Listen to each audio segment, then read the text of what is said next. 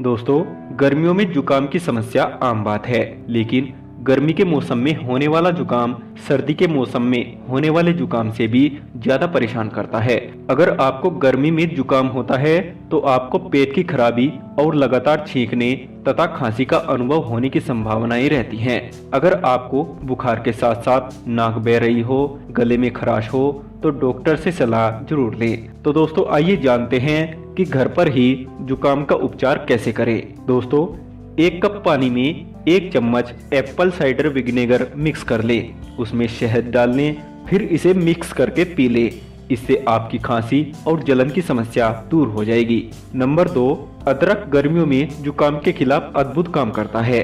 अदरक का एक छोटा सा टुकड़ा लें, उसे पानी में उबालें और नींबू के रस तथा शहद के साथ मिलाकर थोड़ी थोड़ी देर बाद एक एक घूंट करके पिएं। ऐसा करने से आपकी ये समस्या जल्द ही दूर हो जाएगी।